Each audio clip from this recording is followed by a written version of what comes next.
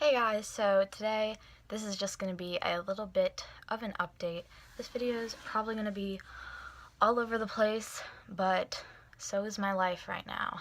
Friday will be my last ECT appointment, so I have Valentine's Day, which is when I have ECT the next time. It's currently a Tuesday, so Valentine's Day is tomorrow. And then I have, like I said, so Friday is the last ECT day. I don't really notice a difference. I think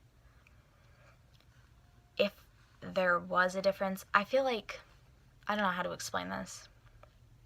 I do feel like my mood is improving, but I feel like when I get sad, it is a very dramatic mood switch. So I don't know, just certain things really trigger it. So it just goes from good to bad very easily and very quickly. And I'm not a fan of it.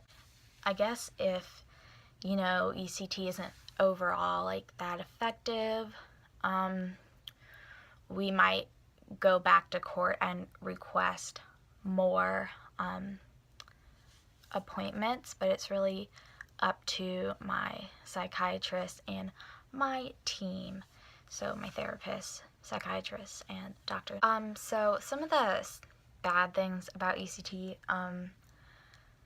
so when I first started, so like the first time I got the treatment, I had I don't know the actual measurements of the medications they're giving me, but I had one syringe full of the medicine that puts me to sleep, and that made me really tired afterwards, so it took me a while to wake up, and I was sleeping all day afterwards. So as I went on into ECT, they had to use 2 syringes, and at first I was really tired with that, but then I got used to it. So some days I don't even sleep at all afterwards, and I wake up pretty quickly.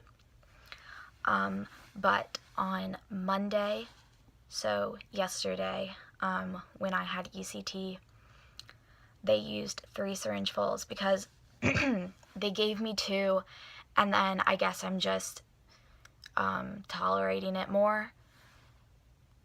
Not tolerating it, I guess I'm just getting used to it more. So they gave me 2, and my face was numb, and my tongue and my throat were numb, and everything was fuzzy, but I wasn't tired.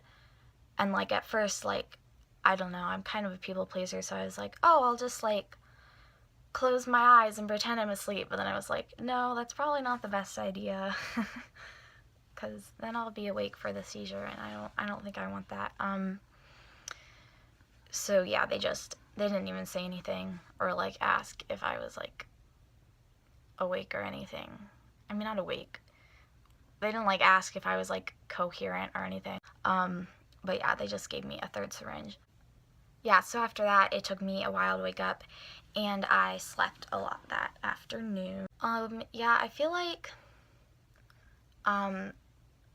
my eating disorder really wants to come back right now. I don't know why. One thing that I really struggle with is drinking water. And I know some people struggle with water loading in their eating disorder, but for me it's kind of the opposite, because I guess I have this fear of going back to treatment, so I don't want to drink water. That totally does not make sense, but I'll explain it. I don't want to drink water because water fills me up, and water has no calories, so it doesn't give me energy or anything, and I just feel like it's a waste of space in my stomach. So when I drink water, I can't really eat because I'm just really full.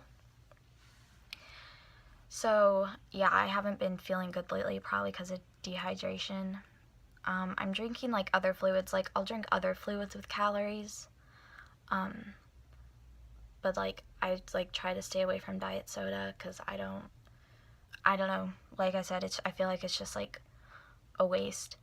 And then I guess, yeah, that just all ties back to like my fear of going back to treatment. And I feel like if I like can't eat, my parents will be mad at me and stuff.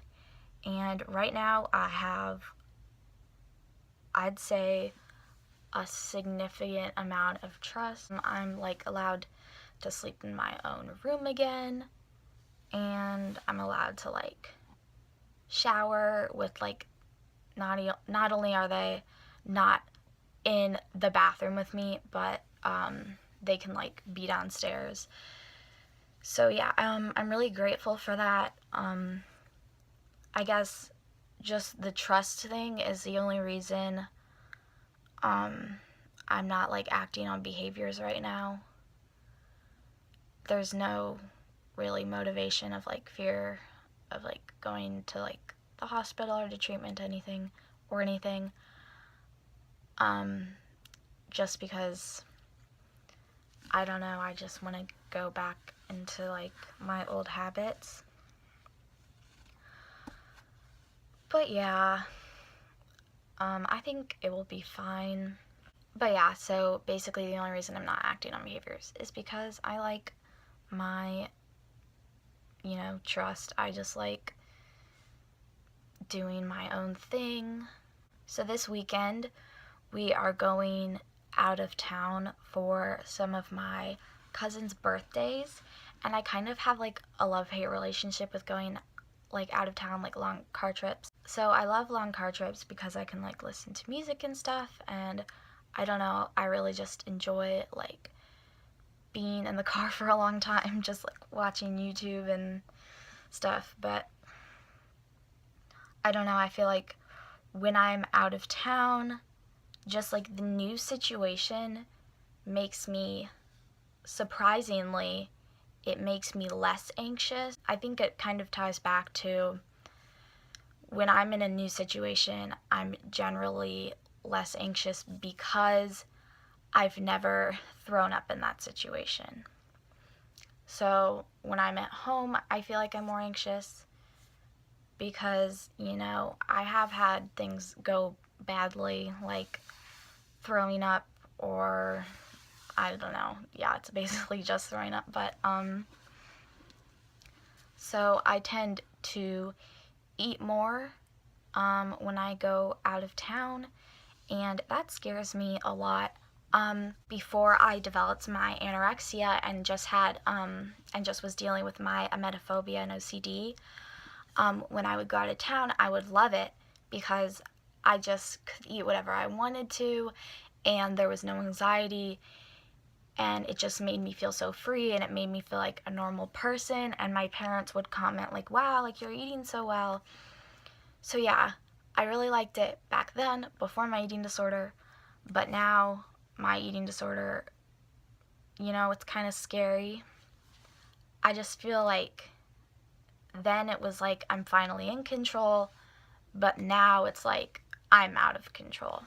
So yeah, just like a love-hate relationship with that. But I am gonna see my sister. She is away at college. You guys have probably seen her in a video before. So yeah, I'm excited to see her. I've been thinking about starting ballet soon, and we're just waiting for this dance studio to call us back. But yeah, I've been trying to stretch and stuff. It is a little hard to not get too carried away. I am a little worried that I will get carried away, but I think right now I have a good balance, not restricting my eating or anything. I do feel like guilty when I eat, just like when I eat till I'm full and like when I eat what I want, if that makes sense. So when I first started ballet, I was very underweight, and I was deeply in my emetophobia. So it was actually really hard to keep my energy up. It was just a lot of stress on my body. So I quit ballet, and then I started it again, I would say, in 6th grade. So I started when I was, I think, in PHP at my self-harm residential that I was in, and I was not happy at the weight I was at. I was trying to restrict, and I just wasn't taking care of my body very well. I was still severely depressed and suicidal, and having really bad self-harm urges. So I've never really been in ballet when I have been healthy. So I enjoyed it a lot then, even when I wasn't healthy. So I'm thinking that I will enjoy it even more when I am actually healthy. Not like fully recovered, but like recovering and not still majorly into my eating disorder and my OCD and emetophobia and anxiety and stuff. So yes, that's basically just my check-in, I guess. At my treatment center, we did things called check-ins where we just rant about what was going on in our lives, I guess. So yes, that is really all that's been on my mind lately. It does feel good to kind of like get it all out there. So another thing is I'm kind of just stressed out about what I will be doing for school next year. My mom wants me to go to an actual school, but I would rather do online school, but she thinks that that's me running away from my problems. I don't think that, but you know, I don't know. I hope you guys are doing okay. If you have any questions, you can comment below. You can message me on Instagram. But my Instagram is just Kate Fox Recovers. I'll put it up on the screen. But yeah, if you guys need anything, you can always message me. And if you have any questions for me to do like a Q&A or something, then you guys can do that. Okay, thank you guys for watching. I hope you guys have a good day. Bye.